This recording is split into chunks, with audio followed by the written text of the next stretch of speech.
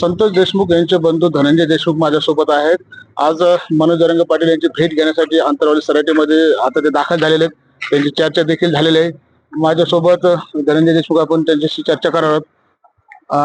तुम्ही आता आलात, मनोज जरांगे पाटील सोबत भेट घेतली, काय नेमकी भेटी दरम्यान चर्चा झाली?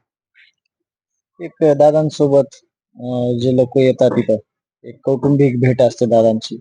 आणि दादाची तब्येत बरी नव्हती 2-3 दिवसापूर्वी. आणि काल परवा दिवशी माझ्याकडे ज्यावेळेस दादा आले होते त्यावेळेस पण जास्त काही बोलता नाही आलं. दादा निघून आलते लगेच. म्हणून मला सहज वाटलं. मग आमचे गावकरी आणि आम्ही दादाकडे आलो, सहज चर्चा केली, थोडी विचारलं तब्येत वगैरे ठीक आहे का, आणि जास्त काही चर्चा नाही. आज कोर्टाने वाल्मिक कराड यांना 7 दिवसाची पोलीस कस्टडीमध्ये पाठवलेले आहे. काय तुम्ही समाधानी आहात का या गोष्टीवरती? न्यायालयीन प्रक्रिया चालू झालेली आहे आणि ज्या सगळ्या यंत्रणा आहेत, पोलीस यंत्रणा आहे, CIDची यंत्रणा आहे, SITचं पथक आहे, आणि जे मुख्यमंत्री साहेबांनी ज्या सगळ्या हे गांभीर्याने घेऊन जी यंत्रणा राबवलेली आहे, आम्हाला देखील विश्वास दिलेला होता आणि आम्ही देखील विश्वास ठेवलेला होता. तसं सगळं काम चालू आहे आणि त्यांचा शब्द खूप महत्वाचा आहे की ही सगळी गँग संपेपर्यंत हे सरकार शांत बसणार नाही आणि देशमुख कुटुंबियाला हे नक्कीच न्याय देईल.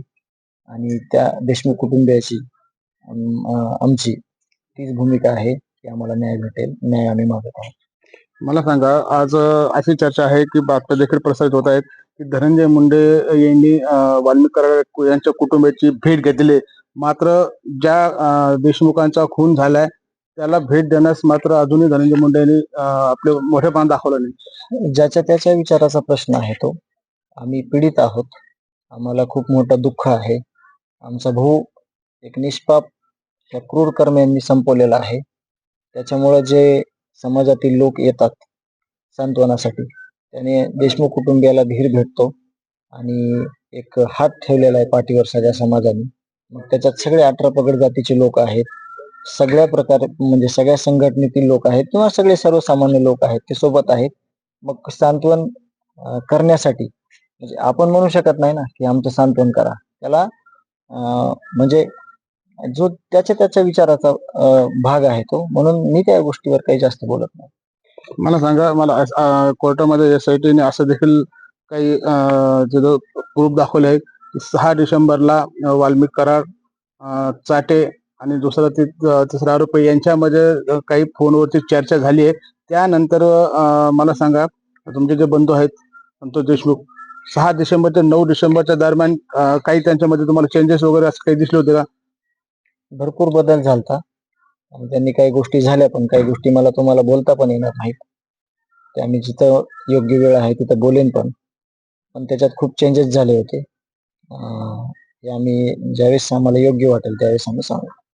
नक्कीच SITने दुसरं देखील सांगितलेलं आहे की कोर्टामध्ये की ज्यावेळेस संतोष देशमुखाचं अपहरण झालं होतं त्यानंतर मात्र वाल्मिक कराड आणि दुसरं जे आहेत चाटे यांच्यामध्ये जवळपास 10 मिनिटाची चर्चा फोनवरती झाली.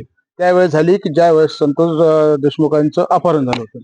आम्ही हे सगळं ऑफिशियली मांडलेलं आहे आणि हे सगळे जे ज्यांनी तपास केलेला आहे, ह्या तपासातून तेच साध्य होतंय की हे आम्ही CIDने केलेला दावा जो आहे त्या पद्धतीनेच आम्ही पण बोलत होतो की खंडणी आणि खून प्रकरण ह्याच्यातलं कनेक्शन आहे आणि ते कनेक्शन कसं आहे त्या SITनं CIDनं सिद्ध केलेलं आहे. शेवटचा प्रश्न विचारतो, काय वाटतं ही जी काही प्रक्रिया, न्यायालयीन प्रक्रिया चालू आहे, न्याय मिळेल असा विश्वास वाटतो?